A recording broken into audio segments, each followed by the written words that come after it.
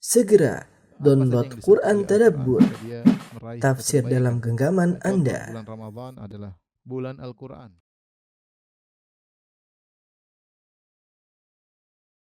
Bismillahirrahmanirrahim. Assalamualaikum warahmatullahi wabarakatuh. Alhamdulillahi ala ihsani wa syukru lahu ala taufiqihi wa amtinani wa asyhadu an la ilaha illallah wahdahu la syarika lahu ta'ziman li sya'nih wa asyhadu anna Muhammadan abduhu wa rasuluhu da'ila ridwanih. Allahumma salli alaihi wa ala alihi wa ashabihi wa ikhwani.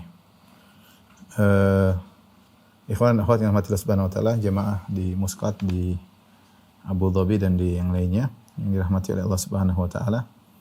Kita melanjutkan bahasan kita tentang fikih al-asma al-husna dan kita sampai pada nama Allah yang lain yaitu Ar-Raqib. Ar-Raqib yang datang dalam Al-Qur'an dan juga datang dalam hadis-hadis Nabi sallallahu alaihi wasallam.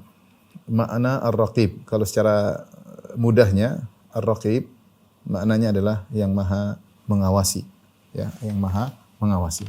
Ya. Oleh karenanya Ibn Faris rahimahullah dalam kitabnya Mu'jam Maqaisil Lughah, beliau mengatakan ar-ra wal qaf wal ba aslun wahidun muttarid, yaitu huruf ra, qaf dan ba adalah suatu kembali kepada satu makna yang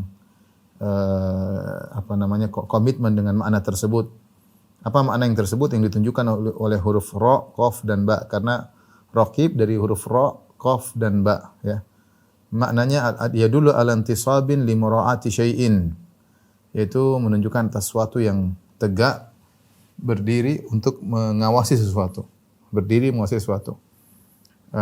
Makanya disebut dengan dalam bahasa disebut raqabah. Raqabah itu leher, ya.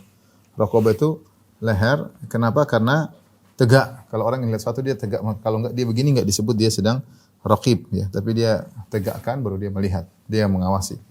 Dia mengawasi dan disebut dengan al-marqab. Al-marqab adalah al-makanul ali yaqifu alaihi an-nadhir. Tempat yang tinggi yang seorang yang pengintai melihat dari tempat tersebut, mengawasi. Jadi intinya makna ar-raqib artinya adalah yang Maha mengawasi. Jadi bukan hanya sekedar Maha melihat, bukan cuma hanya sekedar Maha mendengar, tapi ada makna yang lebih spesifik yaitu mengawasi, ya. Mengawasi. Itu namanya disebut dengan ar-raqib, ya, ar-raqib. Seperti dalam bahasa Arab misalnya disebutkan yuraqibun najm. Mereka memperhatikan, mengawasi bintang-bintang orang dahulu. Mereka melihat bintang, pergerakan bintang misalnya, ya. Itulah makna daripada ar-raqib, ya. Dan datang juga misalnya dalam Al-Qur'an Allah mengatakan tentang perkataan Nabi Harun kepada Nabi Musa, "Inni khasyitu an taqula farraqta baina bani Israil wa lam tarqub qawli." Wahai Musa, ketika Nabi Musa marah kepada Nabi Harun alaihi wassalam, Nabi Harun berkata, "Sungguhnya aku takut engkau berkata wahai Musa, sungguhnya kau telah memecah belah Bani Israil wa lam tarqub qawli, dan kau tidak mengawasi nasihatku dan kau tidak mengawasi titahku." Artinya Nabi Musa ketika pergi ke Bukit Tursina, dia menitipkan kaum Nabi Musa dititipkan kepada saudaranya Harun, ya, agar dia menjaga kaumnya. Ternyata ketika dia pulang kaumnya menyembah ejil, menyembah patung sapi yang dibuat oleh Samiri. Maka Nabi Musa pun marah. Nabi Musa memegang jenggotnya, ditarik jenggotnya Harun. Maka Nabi Harun berkata, "Inni khasyitu an taqula farraqta baina bani Israil wa lam tarqub qawli." Aku khawatir engkau mengatakan aku telah memecah belah Bani Israel dan kau tidak mengawasi perkataanku, tidak memperhatikan perkataanku. Sehingga di sini tarqub dari ra, qaf dan ba. Jadi makna ra, qaf, ba, raqaba itu artinya adalah mengawasi. Demikian juga seperti hadis Ibnu Umar bahwasanya anna Abu Bakrin qala, Abu Bakar radhiyallahu anhu dalam Sahih Bukhari pernah berkata, "Urqubu Muhammadan fi ahli baitihi." Urqubu Muhammadan artinya jagalah Muhammad, awasi Muhammad, ya, fi ahli baitihi, dalam menghormati keluarganya. Ya, hadirkan dalam dirimu tentang Rasulullah SAW ketika kalian perhatikan ahlul bait. Ya. Jadi intinya raqib maknanya adalah Maha mengawasi, diambil dari kata raqab yang artinya pengawasan. Yang artinya adalah pengawasan. Demikian juga misalnya dalam Al-Qur'an Allah Subhanahu wa taala berfirman dalam ayat yang lain yang juga artinya awasi seperti firman Allah Subhanahu wa taala, wa ya qaumi i'malu ala makanatikum inni 'amilun sawfa ta'lamuna ma ya'tihi 'adzabun yukhzihi wa man huwa kadzib wartaqibu inni ma'akum raqib. Itu Nabi Syuaib kalau tidak salah berkata kepada kaumnya, wartaqibu inni ma'akum raqib. Tunggulah kalian, yaitu irtiqab maksudnya awasi, tunggu dengan penuh perhatian. Tunggu dengan penuh perhatian tentang azab yang akan menimpa. Wa inni ma'akum raqib, aku juga menunggu, mengawasi seperti kalian, ya.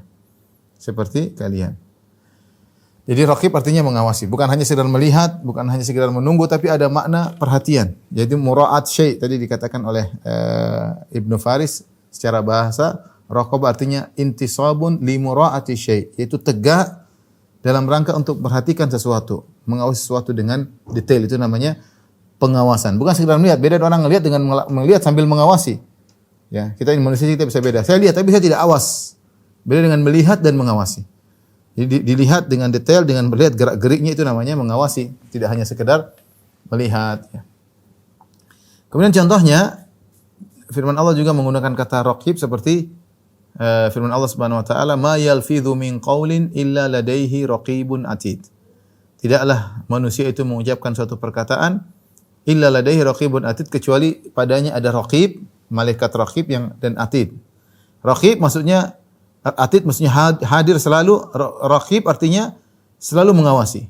Jadi malaikat tersebut yang mencatat amalan manusia, mencatat seluruh perkataan manusia, dia raqib atid.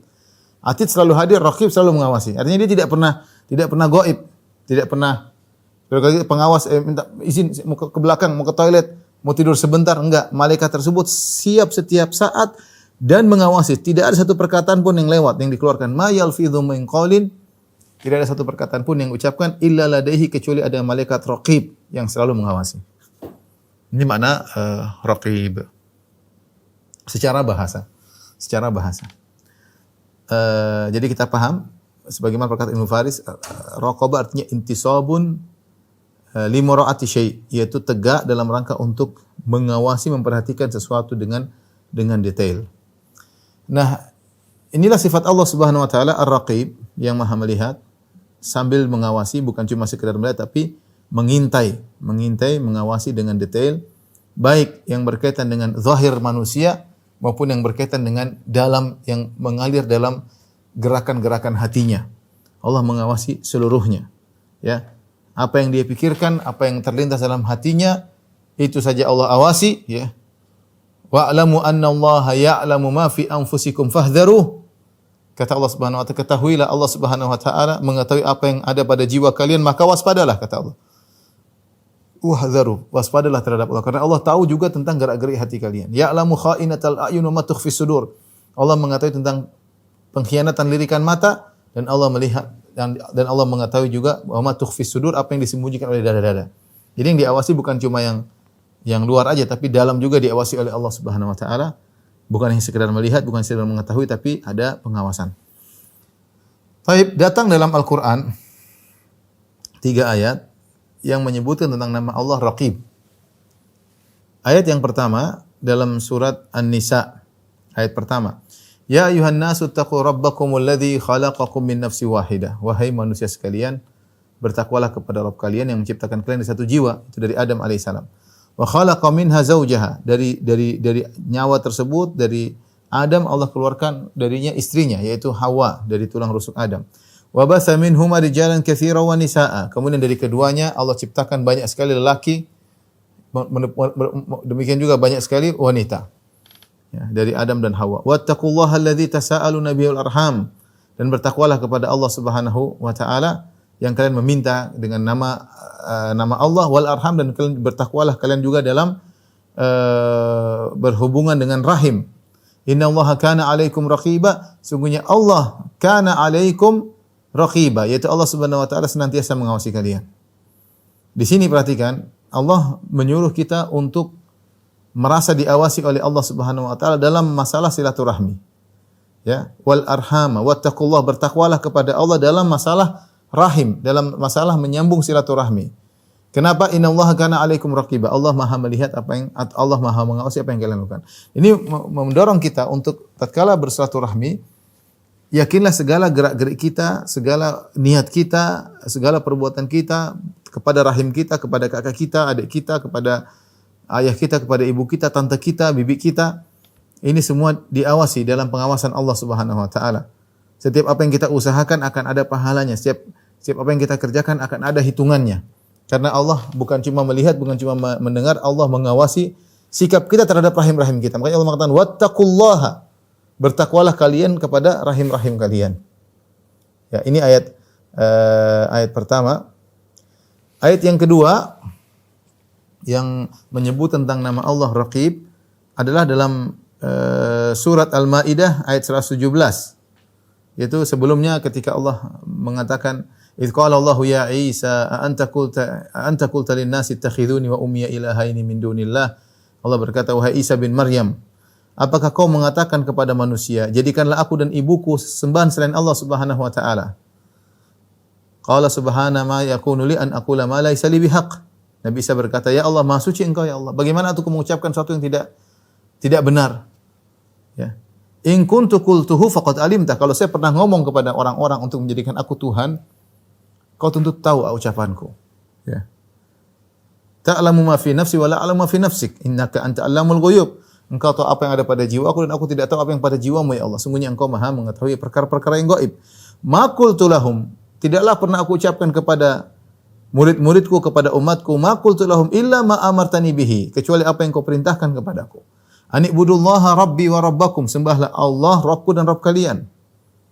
Wa kuntu alaihim syahidan ma dumtu fihim, dan aku hadir dengan tentang perbuatan mereka ketika aku bersama mereka, ketika masih hidup bersama mereka. Falamma tawaffaitani, tatkala kau angkat aku, kunta antar raqiba alaihim, kaulah yang mengawasi mereka ya Allah, wa anta ala kulli syai'in syahid, dan engkau maha menghadiri segala sesuatu. Berarti di sini Nabi Isa alaihissalam ditanya oleh Allah di hadapan Bani Israel atau di hadapan orang umat Nasrani, umat Kristen pada hari kiamat kelak untuk mempermalukan mereka. Kata Allah, "Wahai Isa, pernahkah kau nyuruh agar mereka ini umatmu menjadikan kau sebagai Tuhan dan menjadikan ibumu sebagai Tuhan?" Nabi Isa mengatakan, "Subhana ma yakunu li an aqula ma laysa li bihaq." Subhanak, Maha suci Engkau ya Allah, bagaimana aku bisa menyampaikan sesuatu yang tidak benar? Kalau saya pernah menyampaikan, kau tentu tahu ya Allah. Engkau tahu apa isi hatiku dan aku tidak tahu apa dalam dirimu. Innaka ta'lamul ghaib, kau tahu segala yang gaib. Jadi Allah sudah tahu, cuma Allah ingin ungkapkan ini di hadapan umat Kristiani agar mereka tahu penyesalan mereka pada hari kiamat kelak telah menyamar Nabi Isa, yang Nabi Isa tidak pernah menjadi Tuhan. Tidak pernah menyuruh manusia untuk mengangkatnya jadi Tuhan. Tidak pernah sekalipun mengatakan sembahlah aku, tidak pernah. Tidak pernah. Ya. Sampai saya pernah nonton ceramah Dr. Zakir Naik, dia mengatakan datangkan satu lafal dari Injil yang Nabi Isa berkata sembahlah aku. Sembahlah aku. Yang tidak ambigu, yang benar-benar mengatakan sembahlah aku. Ya. Dan Nabi Isa tidak pernah berkata demikian. Ya. Ini perkataan yang tidak benar. Subhanaka, Maha suci Engkau ya Allah. Kemudian kata Nabi Isa, ma qultu lahum, apa yang aku ucapkan kepada mereka, illa ma amartani bihi, kecuali apa yang kau perintahkan kepadaku ya Allah. Ya. Ani'budullaha rabbi wa rabbakum, sembahlah Allah, dialah Tuhanku dan Tuhan kalian. Kemudian perhatikan sini kata Nabi Isa, wa kuntu alaihim syahidan ma dumtu fihim. Aku dulu tahu apa yang mereka lakukan ya Allah ketika aku bersama mereka. Falamma tawaffaitani, tatkala kau wafatkan aku atau tatkala kau angkat aku, kunta antar raqiba alaihim. Kaulah yang raqib, kaulah yang mengawasi mereka. Aku enggak ikut-ikutan lagi ya Allah.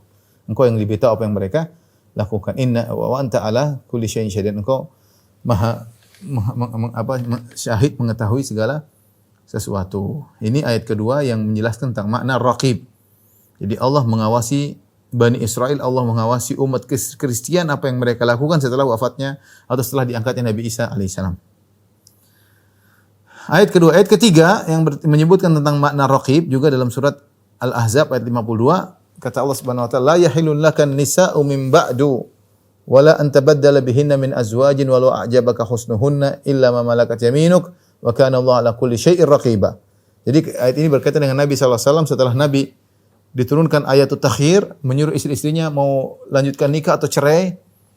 Dalam kisah yang ma'ruf ketika Nabi memboikot mereka selama sebulan, kemudian Nabi kasih pilihan. mau lanjut atau mau cerai. Kalau cerai silakan saya cerai baik-baik. Kalau mau lanjut sabar dengan kehidupanku yang penuh dengan kesederhanaan.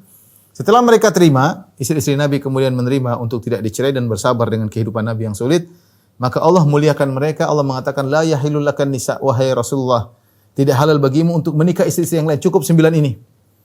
Mim ba'du, tidak ada lagi nikah lagi sama wanita yang lain. Wala antabaddal bihinna min azwaj, dan kau tidak boleh menggantikan mereka dengan istri yang lain. Walau ajabaka husnuhun, meskipun ada wanita yang lain lebih yang menakjubkan engkau akan kecantikannya, kau tidak boleh ganti 9 ini. Illa ma malakat yaminu, kecuali kau punya budak wanita, enggak apa-apa. Kemudian kata Allah, wa kana Allahu ala kulli syai'in raqib, dan Allah Maha mengawasi segala sesuatu. Apa yang dilakukan oleh Nabi, Allah Maha mengawasi. Jadi inilah dalam Al-Qur'an tentang makna ar-raqib, yaitu Maha mengawasi, selalu melihat, selalu mengetahui, melihat dengan detail, melihat dengan catatan, dengan mencatat. Ya, namanya pengawasan seperti apa sih? Itulah namanya Maha mengawasi. Ya. Datang juga dalam hadis dari Ibnu Abbas radhiyallahu anhuma, hadis riwayat Bukhari, Rasulullah SAW pernah bersabda, "Tuhsyaruna hufatan uratan gurlan."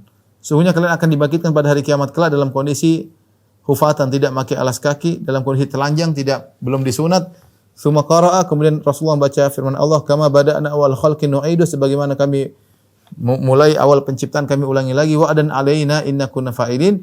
Kemudian Rasulullah bersabda, "Fa awwalu man yuksa Ibrahim," yang pertama kali dipakaikan pakaian adalah Ibrahim. Kemudian kata Nabi, "Tsumma yu'khadhu bi rijalin min ashabi dzatal yamin wa dzatal shimal." Kemudian dia ambillah sahabat-sahabatku yang aku kenal ke sebelah kanan dan ke sebelah kiri. Fa aqulu ashabi. Itu sahabat-sahabat, kenapa ditarik ke arah kiri? Maka dikatakan fa yuqal innahum lam yazalu murtaddin. Mereka senantiasa murtad. Ala aqabihim, setelah engkau meninggal mereka senantiasa murtad. Mundu faraqtahum, semenjak kau meninggalkan mereka, sejak kau wafat ya Rasulullah, mereka mulai murtad. Nabi tidak tahu kalau mereka murtad. Maka Nabi berkata, fa aqulu kama qala al-'abdu shalih Isa bin Maryam. Aku berkata kepada Allah sebagaimana perkataan Nabi Isa, hamba yang saleh kepada Allah. Wa kuntu 'alaihim syahidan ma dumtu fihim. Aku menjadi saksi atas mereka, hadir di antara mereka ketika aku masih hidup. Falamma tawaffaitani, tatkala kau wafatkan aku ya Allah, kunta antar raqiba 'alaihim, kau yang menjadi pengawas terhadap mereka. Wa anta 'ala kulli syai'in syahid, engkau engkau yang maha menyaksikan segala sesuatu. Ini dalil yang sering disampaikan bahwasanya Nabi SAW tidak tahu apa yang terjadi dilakukan oleh orang-orang di zamannya setelah dia meninggal dunia. Dia jelas mengatakan, saya tidak tahu, kok heran ada sebagian orang saya kenal kok dibawa ke kiri. Itu saya kenal ya Allah, mereka sahabat-sahabatku, saya kenal mereka. Kata Allah, kau tidak tahu apa yang mereka lakukan. La yazaluna murtaddin, mereka senantiasa murtad. Ba'da ma faraqtam, setelah kau meninggalkan mereka. Ya. Jadi dalil Nabi tidak tahu apa yang terjadi sekarang. Bila dengan perkataan orang Sufiyah yang mengatakan Nabi keluar jalan-jalan, kemudian ikut maulid lah, ikut inilah. Berarti Nabi tahu perubahan kondisi. Nabi tahu kabar, mungkin Nabi kunjungi, seperti kata mereka, Nabi keluar dari kuburan, kunjungi wali fulan mengunjungi syekh fulan. Ya. Ini khurafatnya orang-orang Sufiyah. Ya. Nabi keluar dari kuburan, berarti kalau Nabi keluar kuburan jalan-jalan, Nabi tahu perkembangan dunia. Sementara dalam hadis ini jelas Nabi bilang, itu sahabat saya tidak tahu. Kau tidak tahu, kata Nabi. Tatkala aku masih sama mereka, dia bacakan perkataan Nabi Isa. Wa kuntu alaihim syahidan ma dumtu fihim. Aku menjadi saksi melihat mereka ketika aku bersama mereka. Jelas hadis riwayat Bukhari. Falamma tawaffaitani, tatkala kau angkat aku atau kau wafatkan aku ya Allah, kunta antar raqib alim. Kau yang mengawasi mereka, bukan aku lagi. Nabi tidak pernah keluar dari kuburan. Tidak seperti perkataan orang Sufiyah, ada yang menjenguk kuburan Nabi, dan Nabi tidak kata Fatimah keluar lagi, bukan cuma Nabi, Fatimah keluar. Fatimah radhiyallahu anha mengatakan, mau kemana Syekh Fulan? Saya mau kunjungi bapak, mau bapakku lagi tidak ada lagi jalan pergi ke rumah wali Fulan. Ini bagaimana seperti ini? Nabi bilang dia tidak tahu, ini mereka bilang Nabi jalan-jalan. Nabi jalan-jalan di Surabaya, tawaf di Surabaya. Khurafat atas khurafat. Enggak tahu maksudnya apa, saya enggak paham. Sampai ada yang mengatakan Nabi hadir, lihat ada jejak kaki Nabi dalam acara. Ya akhi, subhanallah. Sampai ada yang mengatakan Nabi mengetahui segala kondisi umatnya meskipun dia sudah meninggal dunia. Nabi tidak, dia masih hidup aja tidak tahu segala kondisi umatnya, apalagi sudah meninggal dunia. Nabi masih hidup aja, Nabi butuh mata-mata, ngecek sana, ngecek sini. Dalam orang belajar sirah ngerti. Nabi tidak seperti itu. Sallallahu alaihi wasallam. Tapi intinya Nabi mengatakan ketika aku masih hidup, aku bersama mereka ya Allah. Tapi ketika aku sudah kau wafatkan, mereka berubah. Fa antar raqiba alim, engkau yang mengawasi mereka. Kembali lagi bahwasanya ar-raqib artinya yang maha mengawasi. Kita bacakan perkataan para ulama tentang makna raqib. Berkata Al-Halimi, ar-raqibu huwa alladhi la yaghfalu amma khalaq fayalhaquhu naqsun. Aw yadkhulu khalalun min khibali ghaflatihi anhu. Ar-raqib adalah zat yang tidak pernah lalai dari apa yang dia ciptakan. Kalau dia lalai maka dia akan terkena kekurangan atau masuk kekurangan padanya gara-gara dia lalai.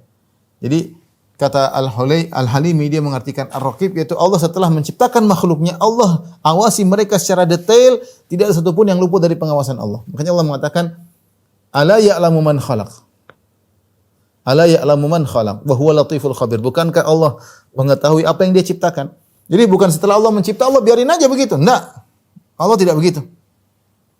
Allah ciptain selesai. Allah ciptain selesai. Enggak. Semua yang Allah ciptakan Allah awasi. Makanya berkata Al-Halimi yaitu tidak ada satupun yang dilalaikan dari ciptaan Allah. Allah tidak pernah lalai.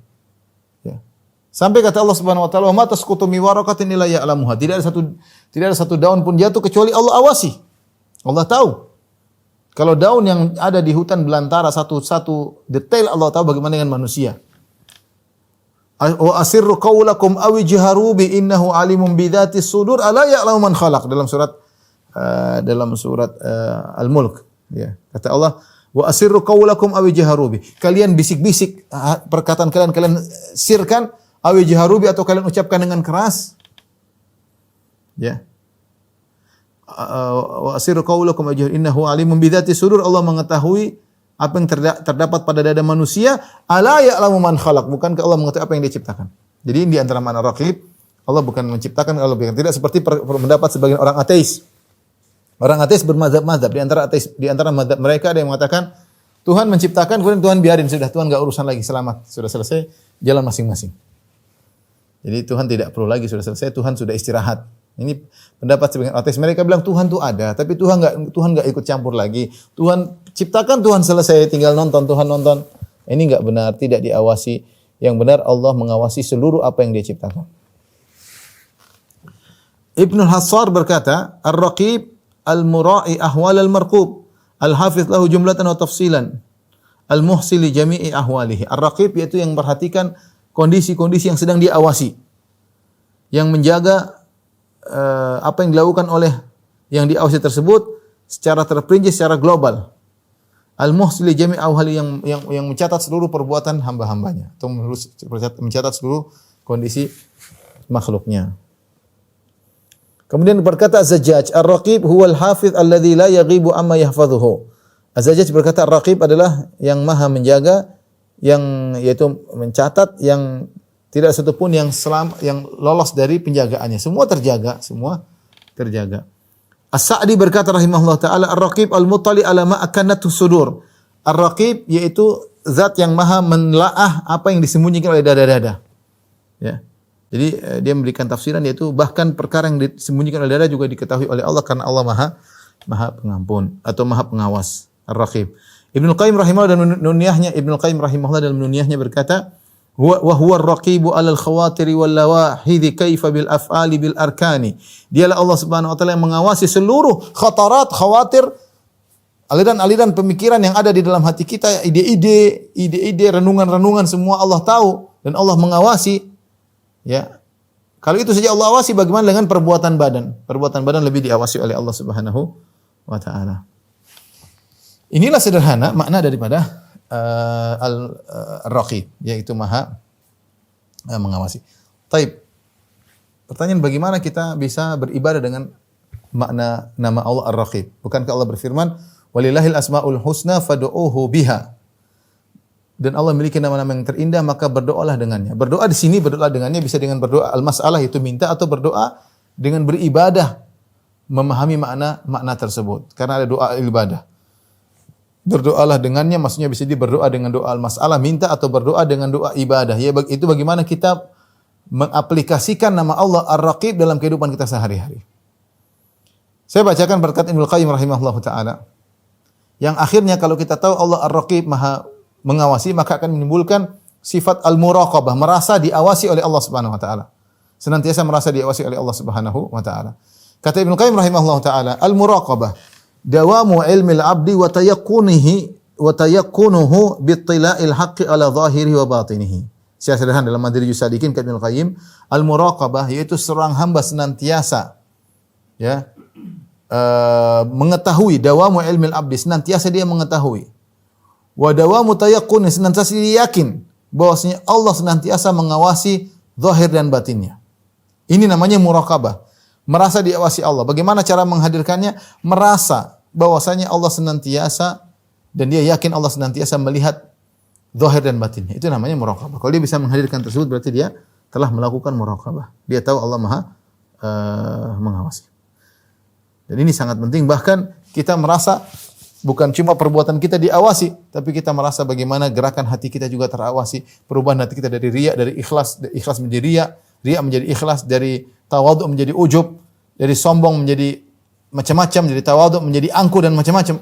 Ini semua gerakan-gerakan hati, kita yakin Allah mengawasi dan Allah tahu gerakan-gerakan hati tersebut. Ya. Makanya dalam hadis ketika malaikat melihat seorang ingin melakukan maksiat, ya, ingin melakukan maksiat, kata Allah, jangan dulu catat, tunggu dulu, awasi dia. Allah bilang malaikat, ada seorang yang melakukan maksiat, kata Allah, tak awasi dulu. Ternyata hamba tersebut tidak jadi melakukan maksiat, dia tinggalkan karena Allah bilang catat sebagai kebaikan. Allah tahu dia niat melakukan maksiat, Allah tahu. Allah bilang malaikat, kata Allah, jangan dulu catat, biarin dulu. Ketika dia meninggalkan maksiat tersebut, dia tidak, jadi maksiat belum teraplikasi. Baru cuma dalam hati pingin sesuatu. Dia tidak pernah ungkapkan, tapi Allah tahu karena yang Allah awasi bukan cuma zahir aja, bahkan amalan hati Allah awasi. Kata Allah, la taktubu, jangan kalian catat wahai para malaikat. Lihat bagaimana. Ternyata dia meninggalkan niatnya tersebut karena Allah, maka Allah bilang catat sebagai kebaikan. Jadi Allah tahu niatnya ketika bermaksiat, Allah tahu, dan Allah tahu ketika dia meninggalkan maksiat pun karena Allah, Allah pun tahu. Karena Allah mengawasi bukan cuma zahir saja, bahkan Allah mengawasi bagian dalam hati manusia, ya. Taib, itulah hakikat daripada al-muraqabah. Senantiasa kita merasa dilihat oleh Allah Subhanahu wa taala. Dan itulah derajat ihsan. An ta'budallaha ka'annaka tarahu fa illam takun tarahu fa innahu yarak. Engkau beribadah kepada Allah Subhanahu wa taala seakan-akan engkau melihat Allah, dan jika kau tidak mau melihatnya, yakinlah Allah melihatmu. Jadi ihsan adalah di antara salah satu derajat muraqabah. Tapi muraqabah ini umum, ya. Tatkala sedang beribadah, tatkala sedang bersendirian, dia merasa Allah senantiasa melihat dia. Kapan perasaan ini hilang, berarti muraqabahnya lagi hilang. Dan orang bertakwa bisa jadi demikian. Dia lagi lalai sehingga menghadirkan muraqabah Allah Maha melihat hilang. Dia bisa hilang, ya. Nah, maka ketika dia lalai, dia selalu ingat kepada Allah Subhanahu wa taala, hadirkan bahwa dalam dirinya bahwasanya Allah Subhanahu wa taala Maha mengawasi apa yang dilakukan. Kita akan sebutkan beberapa kisah bagaimana orang-orang yang benar-benar merasa diawasi oleh Allah Subhanahu wa taala. Ya, kisah yang masyhur yang sering kita dengar tentang kisah 3 orang yang masuk dalam goa. Bagaimana mereka bisa melakukan amalan-amalan yang hebat sehingga membuat mereka selamat dari terjebak dalam goa. Ya. Ketika 3 orang sedang berjalan, tahu-tahu ada hujan, mereka masuk dalam goa, tiba-tiba ada batu yang jatuh menutupi pintu goa. Sehingga mereka makan, kita bertiga harus berdoa kepada Allah, masing-masing minta kepada Allah amalan yang paling diandalkan. Maka satu berkata, ya Allah, aku berbakti kepada orang tuaku, aku tidak pernah beri makan dan minum, susu kepada istri dan anak-anakku kecuali setelah aku berikan kepada orang tuaku. Itu kebiasaan dia. Kalau dia datang bawa susu, orang tuanya dulu, anak dan bapak dan ibunya, baru kemudian istri dan anak-anaknya. Suatu hari aku terlambat datang. Kisah ma'rufah. Suatu hari aku terlambat datang, aku bawa susu. Ternyata orang tuaku sudah tidur. Mungkin dia datang kemalaman, kedua orang tuanya sedang tidur. Maka dia tungguin kedua orang tuanya. Dia tidak bangunkan, khawatir mereka sedang nyenyak tidur. Sementara susunya tidak dia kasihkan kepada anak istrinya karena kebiasaan dia orang tuanya terlebih dahulu. Wasibyan yatadagaun, sementara anak-anak pada nangis dan aku biarin mereka. Ternyata kedua orang tuanya bukan bangun tengah malam, bukan bangun jam 2, bangunnya subuh. Jadi semalam suntuk dia nungguin kedua orang tuanya. Pegang susu, kapan orang tuanya sadar, bangun, terjaga, dia langsung kasih susu. Bagaimana mungkin dia bisa melakukan ini kecuali dia merasa Allah mengawasinya. tahu Allah melihat dia lakukan. Kalau kita bilang perbuatan konyol ngapain? Sudah duduk aja, tidur aja. Nanti kalau dia bangunkan kamu kebangun. Mungkin kalau kita pikiran demikian. Ngapain kamu nungguin? Kamu tidur aja. Atau gantian suruh atau kasih minum anak-anak atau suruh istri nungguin. Dia bilang tidak. Kenapa dia kuat menjaga susu tersebut? Nungguin kedua orang tuanya kapan bisa terbangun, mungkin jam 12, mungkin jam 1, mungkin jam 2. Tidak lain karena dia yakin Allah Maha melihat apa yang dia lakukan. Kisah yang kedua tentang seorang lelaki yang sangat jatuh cinta kepada seorang wanita. Tidak ada wanita yang paling dia cintai seperti wanita ini. Kalau ada kisah cinta yang terindah di alam semesta, itulah kisah cinta dia dengan wanita ini. Ini wanita dia kejar-kejar sepupunya. Dia kejar-kejar sepupunya enggak pernah mau. Dan semakin dikejar perempuan tidak mau, laki semakin penasaran. Sampai akhirnya ternyata dia kelilit hutang atau mengalami kesulitan wanita tersebut. Maka dia datang kepada laki tersebut. Kesempatan bagi dia untuk menggauli sang wanita yang itu merupakan cita-citanya, khayalannya, impiannya. Selama ini dia kejar-kejar enggak bisa berhasil. Dia kasih emas banyak dengan syarat biarkan dirimu untuk aku gauli. Subhanallah, ketika dia ingin menggauli tiba-tiba wanita tersebut mengatakan ittaqillah. Dia sudah duduk seperti seorang suami di hadapan istrinya, tiba-tiba wanita tersebut berkata ittaqillah, bertakwalah kepada Allah. Akhirnya dia tinggalkan wanita tersebut dan dia biarkan emas tersebut. Dia mengatakan ya Allah, in kuntu fa'altu hadza liwajhik fafruj 'anna ma nahnu fih. Ya Allah, kalau aku melakukannya benar karena Engkau ya Allah, bukalah pintu gua. Saya katakanlah tidak mungkin dia bisa melakukan kecuali merasa diawasi oleh Allah. Sekarang apa lagi? Dia berdua dengan wanita tersebut. Wanita tersebut sudah menyerahkan diri. Dan dia sudah duduk di hadapan wanita tersebut. Sementara syahwatnya sudah bergelora. Tapi dia bisa tinggalkan. Itu ajaib. Ajaib. Tapi dia bisa. Kenapa? Ketika dia tahu Allah sedang melihat dia. Wanita tersebut mengingatkan. Dia lagi ghaflah. Lagi hilang nih. Allah memperhatikan dia. Karena terjebak dengan ingin wanita. Orang mukmin terkadang begitu. Tapi ketika diingatkan, innal ladzina taqaw idza massahum ta'ifum minasyaitani tadzakkaru fa idza hum mubsirun. Kata Rasulullah, orang bertakwa jika mereka diawasi oleh syaitan, diganggu oleh syaitan, mungkin dia lalai, tapi tiba-tiba tadzakkaru, tiba-tiba dia ingat. Jadi orang menghadirkan muraqabah selalu tidak gampang. Namanya orang kadang lalai, lupa kalau Allah memperhatikan, lupa kalau Allah melihat. Syahwatnya mendominasinya sehingga dia lupa. Seperti laki ini dia lupa. Tapi wanita tadi yang mau dia gauli ingatkan, ittaqillah, bertakwalah kepada Allah. Maka dia tinggalkan. Yang menakjubkan lagi menurut saya laki yang ketiga. Yang dia punya anak buah banyak, dia kasih gaji, sudah kerja, tinggal satu dikasih gaji belum ambil. Maka dia olah gajinya bertahun-tahun. Gajinya padahal sedikit. Hanya untuk misalnya beli beras beberapa atau beli gandum beberapa sa', tidak banyak. Taruhlah 1 karung untuk beli 1 karung. Tapi orang ini tidak mengambil upahnya, maka dia olah, dia kelola. Saya bertahun-tahun sampai akhirnya upah yang seharusnya untuk beli gandum sekarung misalnya, ternyata dikelola menjadi onta yang sangat banyak, 1 lembah, sapi yang sangat banyak, kambing yang sangat banyak. Jadi maksudnya ratusan hewan. Ini tuh butuh bertahun-tahun. Selama bertahun-tahun dia mengelola harta tersebut, dia tahu Allah mengawasi niat. Jadi tidak pernah ngomong sama orang. Tapi dalam hatinya dia sudah ingatkan, dia sudah niatkan saya mengelola ini untuk si fulan yang punya. Jadi bukan untuk dirinya. Setelah sekian tahun datanglah sang pemilik gaji, dia mengatakan, "Ya Abdullah, addi haqqi, wahai fulan, bos, mana gajiku?"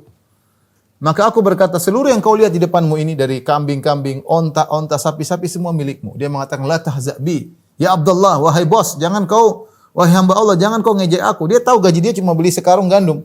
Kenapa kau bilang semua sapi, semua kambing, semua ontamu milikku? Itu semua milikmu, ambil. Terus orang itu tersebut mengambil ontanya semua, kambingnya semua, sapinya semua, dan dia tidak sisakan 1 ekor pun. Tidak bilang, syukron, selama ini sudah mengolah hartaku, inilah buat 5 ekor buat engkau sebagai tanda terima kasih. Enggak, dia ambil semuanya tanpa bilang terima kasih. Dia mengatakan, ya Allah, jika aku melakukannya karena Engkau ya Allah, bukalah pintu goa. Ini lelaki ini menakjubkan, dia merasa Allah mengawasi isi hatinya. Dia tidak ungkapkan kepada orang lain. Dia diam tapi dia kerjakan karena orang itu. Ini bagaimana seorang bermuamalah dengan Allah dengan masalah hati. Kita tidak bermuamalah dengan gerakan tubuh saja. Tapi kita tahu Allah Maha mengetahui hati kita. Kalau sudah kita bertekad, Allah tahu tekad kita. Lelaki ini menakjubkan. Sehingga dia bermuamalah dengan Allah dengan hatinya. Mungkin kalau sebagian dari kita sudah tadi 1 karung menjadi 100 ekor onta, wah, kita bilang enggak, itu ini 1 karung ambil aja, itu onta punya saya. Tapi karena dia tahu Allah mengawasi hati dia tidak mau merubah karena dia tahu apa yang dia niatkan sudah diketahui oleh Allah karena Allah Maha mengawasi. Ini contoh tentang muraqabah. Menakjubkan ya. Sama contoh menang muraqabah tentang 7 orang yang dinaungi oleh Allah pada hari kiamat kelak ya. Di antaranya rajulun da'atum ra'atun dzatu mansibin wa jamalin faqala inni akhafullah, seorang lelaki yang diajak dirayu oleh seorang wanita cantik, jelita dan kaya raya. Dan dia berkata, "Ini akhafullah, aku takut kepada Allah." Subhanallah. Dirayu seorang wanita sudah cantik, kaya raya. Siapa lagi? Apa yang mau dicari lagi? Wanita ya, kaya raya dan cantik, lengkap. Cahaya di atas cahaya, lengkap. Tetapi dia mengatakan, "Ini akhafullah, aku takut kepada Allah Subhanahu wa taala." Lihatlah bagaimana seorang, kata Nabi sallallahu alaihi wasallam, rajulun tasaddaqa bi yamini fa akhfaha. Seorang lelaki yang berinfak dengan tangan kanan, dia sembunyikan sampai tangan kiri tidak tahu. Ini siapa yang bisa begini? Yang dia yakin Allah melihat apa yang dia sedekahkan. Dia enggak perlu pengakuan. Sampai dia tidak perlu pengakuan tangan kirinya. Yang penting tangan kanannya selesai, dia enggak perlu pengakuan tangan kirinya. Apalagi pengakuan keluarganya, apalagi pengakuan manusia, dia enggak perlu. Bagaimana dia tidak perlu dengan pengakuan manusia? Karena dia tahu Allah Maha melihat apa yang dilakukan. Dia tahu Allah mengawasi apa yang dilakukan. Segala gerak-geriknya, niatnya Allah awasi. Ya, Allah mengawasi kita, bukan cuma melihat ya. Saya bilang tadi muraqabah ar-raqib itu maknanya lebih spesifik daripada melihat. Daripada al-basir, daripada as-sami, melihat dan mendengar. Melihat dengan pengawasan, mendengar dengan pengawasan. Kalau kita bicara tentang misalnya satpam lihat CCTV, dia cuma bukan dia ngawasi. Lihat gerak-gerik dia ngawasi, beda dengan cuma ngelihat aja ngelihat. Tapi kalau ngelihat dengan pengawasan beda. Dengan detail melihatnya, apa yang dilakukan, indikasi apa, itu namanya ngawasi. Beda. Orang mengawasi muraqabah. Berarti kalau kita di Madinah ditugaskan untuk ngawasi orang ujian. Ya, kita ngelihat bukan cuma ngelihat, kita ngawasi dia bikin apa, dia ngeluarin apa. Ngelihat dengan pengawasan berbeda. Ya, pengawasan lebih spesifik. Melihat pengawasan lebih spesifik. Ini di antara kisah tentang orang-orang yang menghadirkan muraqabah. Demikian juga disebutkan ada seorang laki, disebutkan oleh Ibnu Rajab alhamdulillah, seorang laki dia meraih seorang wanita, dia bawa ke tengah padang pasir. Kemudian dia ingin menggauli sang wanita. Dia mengatakan tidak ada di antara kita kecuali al-kaukab. Cuma ada bintang-bintang yang melihat kita. Kata sang wanita, fa aina mukaukibuha? Kalau gitu yang ciptakan bintang mana? Lihat kita enggak? Enggak jadi, ya. Kenapa? Dia merasa bahwasanya Allah mengawasi. Di antara cerita yang menakjubkan juga seperti cerita diriwayatkan oleh Amir bin Abdi Qais. Amir bin Abdi Qais salah seorang tabi'in. Tabi'in al-jalil yang dipuji oleh para ulama yang menuliskan tentang biografi beliau. Amir bin Abdi Qais. Ya, disebutkan biografinya dalam Tarikh At-Tabari dan buku-buku yang lainnya. Saya nukilkan dari Tarikh At-Tabari. An Abi Ubaidah Al-Ambari qala. Dari Abu Ubaidah Al-Ambari berkata, "Lamma habatal muslimun al-madain wa jamul aqbad wa aqbala rajulun bihaqqin ma'ahu fadafa ila sahibil aqbad faqala walladzina ma'ahu ma ra'ayna mithla hadza qad." Ketika kaum muslimin menguasai al-Madain, Persia, di Irak ya. Dikuasai, maka mereka membawa ghanimah yang banyak. Ya. Maka ada seorang bawa datang dengan ghanimah yang sangat banyak. Kami tidak pernah melihat ya. Ya apa yang dia datangkan tidak sebanding dengan apa yang kita bawa. Dia bawa banyak sekali. Ketika dihadirkan di hadapan sang pemimpin, mungkin kotak besar isinya harta yang banyak. Maka mereka bertanya kepada dia, "Hal akhadta minhu syai'an?" Apa ada yang kau ambil dari situ? Emas atau apa, berlian, permata? Apa jawab dia? Faqala ama wallahi laula Allah ma ataitukum bihi. Ketahuilah demi Allah, kalau bukan karena Allah, saya tidak akan bawa ini kepada kalian. Saya akan bawa pergi sendiri. Dia sudah bawa, masih ditanya, kau ngambil. Dia merasa Allah melihat dia. Dia merasa Allah mengawasi dia. Kalau bukan, dia jawabannya dengan demikian. Amma wallahi, laulallahu ma ataitukum bihi. Ketahuilah demi Allah, kalau bukan karena Allah, aku tidak akan bawa ini kepada kalian. Setelah dia beri jawaban seperti itu, fa'arafu anna lirrajuli sya'nan. Mereka kata ini orang bukan orang sembarangan. Cuma dia tutup muka, dia enggak tahu. Dia tutup muka ketika dia bawa itu. Orang enggak tahu ini siapa.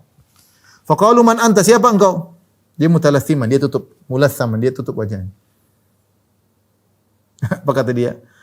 La wallahi la ukhbirukum litahmaduni wala ghairakum liyukriduni. Demi Allah aku tidak akan mengabarkan siapa diriku supaya kalian puji aku. Dan saya tidak akan kabarkan kepada selain kalian supaya mereka menyanjungku. Enggak, kata dia enggak. Kenapa? Dia merasa diawasi oleh Allah. Dia cukup Allah tahu, selesai. Tidak perlu dia buka wajahnya, tidak perlu dia Diketahui dia perlu tahu.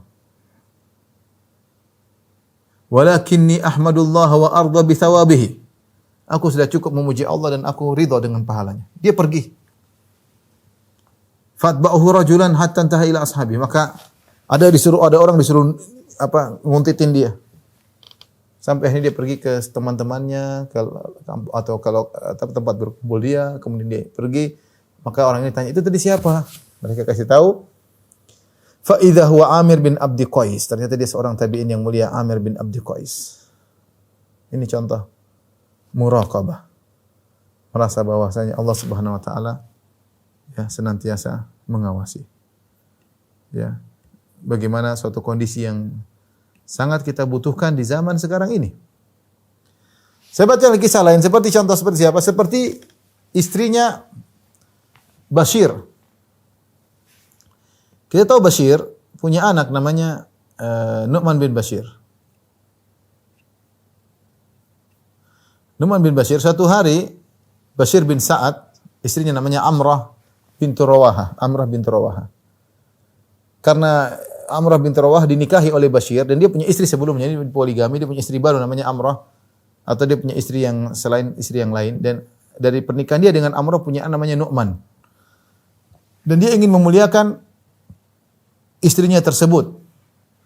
Maka dia kasih hadiah kepada anaknya dari pernikahan dia dengan Amrah, ya. Dia kasih hadiah. Tapi lihat apa sikap istrinya. Istri kita tahu namanya orang kalau di poligami biasanya mau saingan sama istri yang lain. Kalau bisa dia dapat, istrinya enggak dapat, dia lebih senang. Dia dapat, istrinya enggak dapat, dia lebih senang. Tapi ternyata ya Amrah bin Rawah mengatakan, "La arda hatta tushhidu Rasulullah." Saya tidak mau ambil.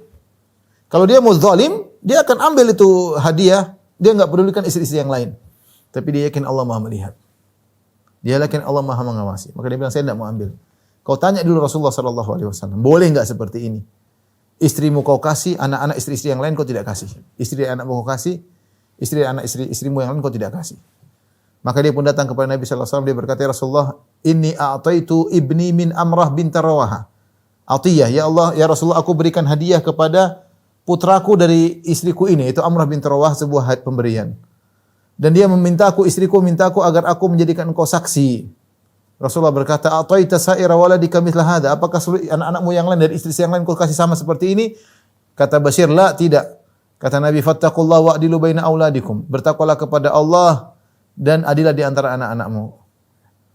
Maka dia pun kembali dan mengambil kembali hadiah tersebut. Tapi maksud saya, perhatikan bagaimana wanita ini, dia takut kepada Allah, tidak mengambil kesempatan dalam kesempitan. Dia suruh Nabi untuk cek kepada Nabi boleh atau tidak, ternyata tidak boleh.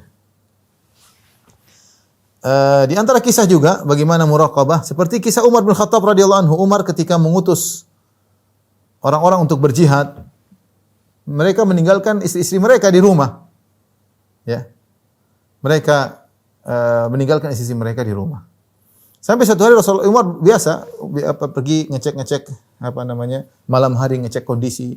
Tiba-tiba dia mendengar seorang wanita sedang bersenandung bersyair. Ala tala hadzal lail wa azuru janibahu wa laysa ila jambi khalilun ulaibuhu. Wallahi laula Allah tukhsha awaqibuhu la zu'zi'a min hadha sariri jawanibuhu. Ketika Umar sedang mengecek rumah-rumah, tiba-tiba mendengar seorang wanita mengucapkan syair yang artinya sungguh telah panjang malam ini, ya. Kemudian mengatakan, sementara di sisiku tidak ada seorang yang bisa aku bersenang-senang dengannya. Itu dia rindu sama suaminya. Enggak ada. Dia sudah berhasrat. Umar heran ada suara wanita seperti dia berkata lagi, "Wallahi," perhatikan, "Wallahi laula Allah," demi Allah, kalau bukan karena Allah yang aku khawatirkan hukuman yang buruk, akibat yang buruk, la zu'zi'a min hadza sari jawanibu. Sungguh kau akan melihat bahwasanya tempat tidur ini sudah bergoyang-goyang, artinya saya sudah berzina. Enggak kuat dia nunggu suaminya.